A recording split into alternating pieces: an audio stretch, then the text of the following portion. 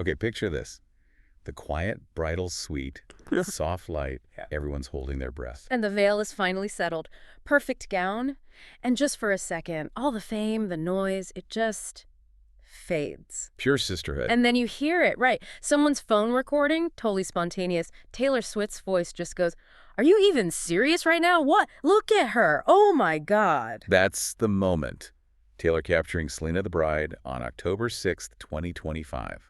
Welcome to Starscope Report. Where we, Jordan and Jamie, uncover Hollywood drama, music industry shakeups, and those viral influencer moments. We dive deep into the stories behind the fame. And today, it's all about that wedding reunion that basically melted the internet. Selena Gomez and Benny Blanco's big day, meticulously planned, Yeah. but also deeply personal. And Taylor Swift's role. Pretty incredible. Well, what's really fascinating is, how raw that captured emotion felt. Call it raw. But the timing, when they actually released that moment, not spontaneous at all. Okay, let's unpack that, because it really brings us to our first big point, the $37,000 friendship. How one video just perfectly blended personal joy and, well, a professional empire. Right, so Selena shares that clip on October 6th. That's days after the actual wedding. Which seems weird, right? In the viral world, you'd think you'd post the highlight reel immediately. Why wait nearly a week? Well, one word, synergy. It dropped exactly 3 days after Taylor Swift's new album, The Life of a Showgirl, came out. So they deliberately held onto that massive wedding buzz.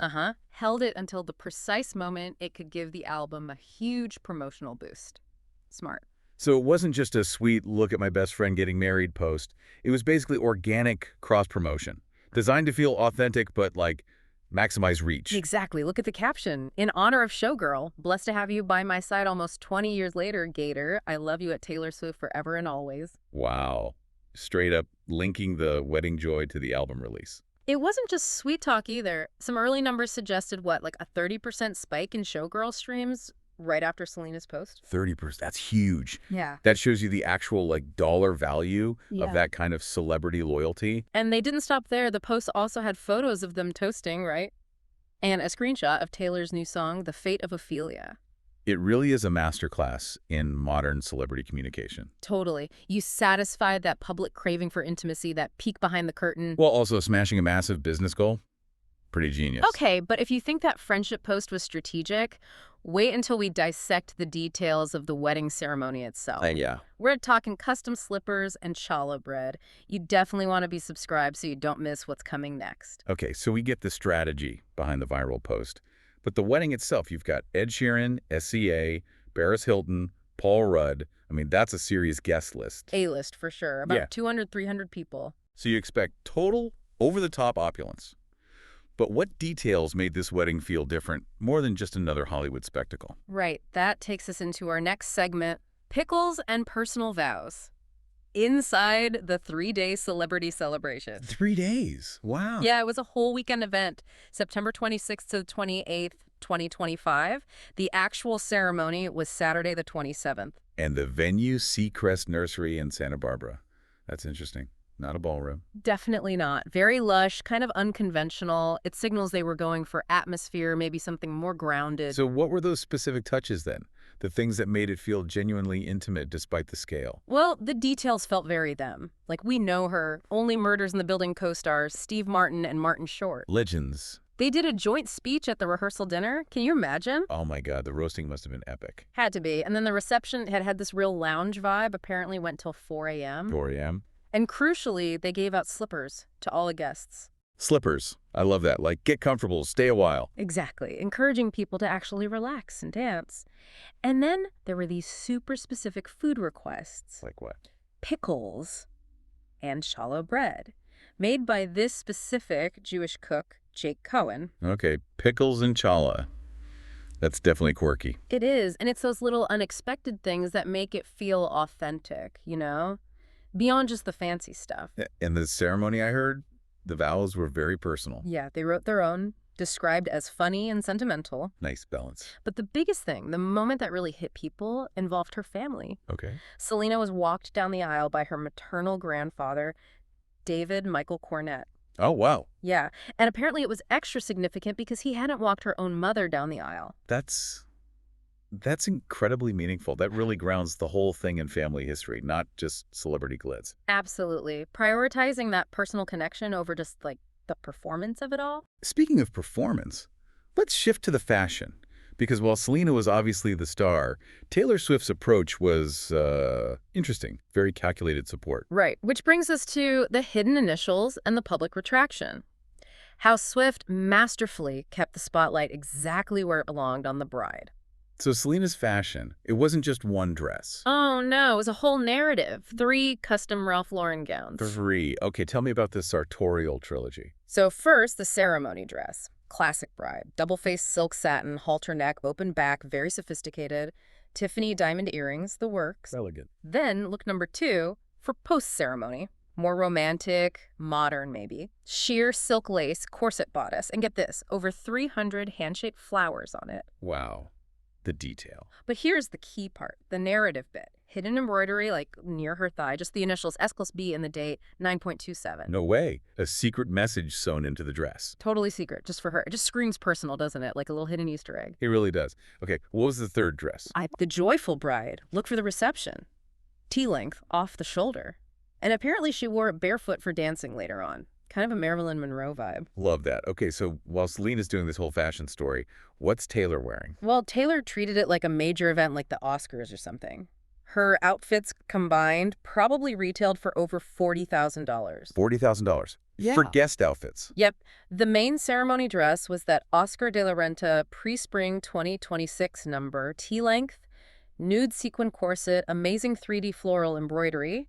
That alone was reportedly $37,000. Okay, that's a statement. It's like saying this event is incredibly important with your clothes. Exactly.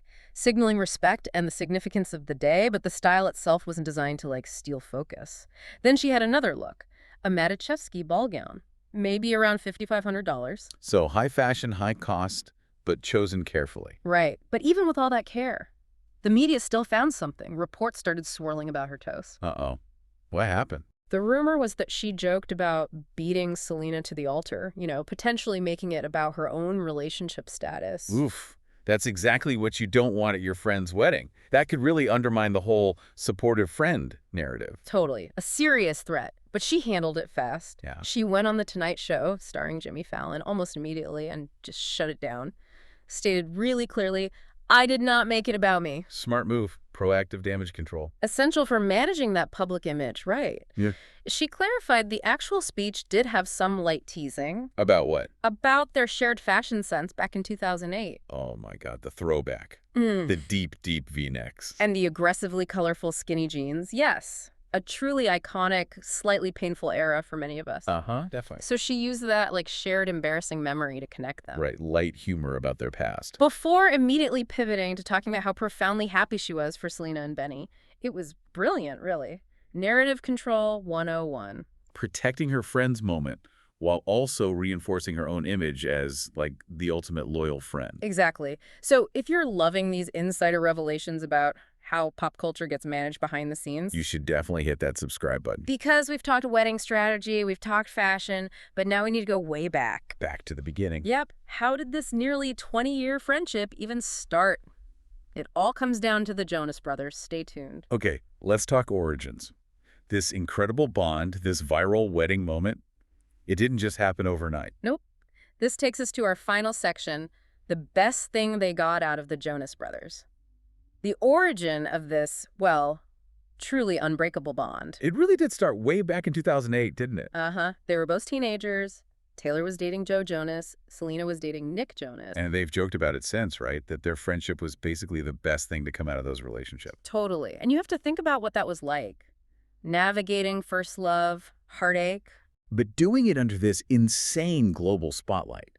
Very few people understand that specific pressure. Exactly. That shared kind of rarefied experience, it built the bedrock. They became this safe harbor for each other, through all the craziness that followed. And their support for each other has been so public, so consistent over the years. Oh, constantly. Showing up as each other's dates to the Grammys, the VMAs. I remember Selena making that surprise appearance during Taylor's Speak Now tour back in 2011. to sing Who Says. Yes. And then Selena playing Our Son in the Bad Blood music video in 2015.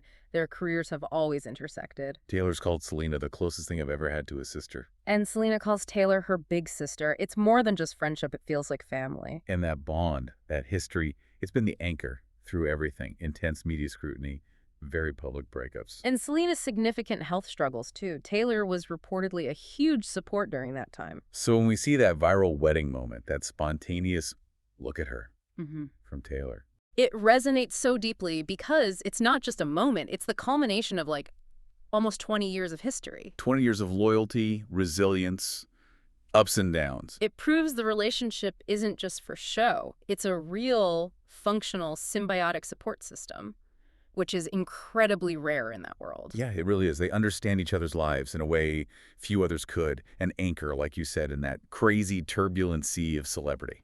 Which kind of brings us to the final takeaway here, doesn't it? I think so. It's not really about the $37,000 dress or the perfectly timed Instagram post, is it? Not ultimately. It's about how incredibly rare it is for any relationship, let alone one formed under that much pressure and scrutiny. For it to survive nearly 2 decades and still feel authentic, still feel real to people watching. Yeah. Which leaves us with a final thought for you to mull over. The public is always looking for cracks, right? Especially with celebrities. Always. But this nearly 20-year sisterhood, it seems to be the one thing that remains completely solid, completely unassailable. Maybe that kind of loyalty, that level of genuine support in the face of everything, maybe that's the most aspirational thing in pop culture today. Something to think about. You've been listening to Starscope Report, where Jordan and Jamie uncover the stories shaping Hollywood, music, and pop culture. Thanks for tuning in, and don't forget to subscribe for more stories that keep the stars shining.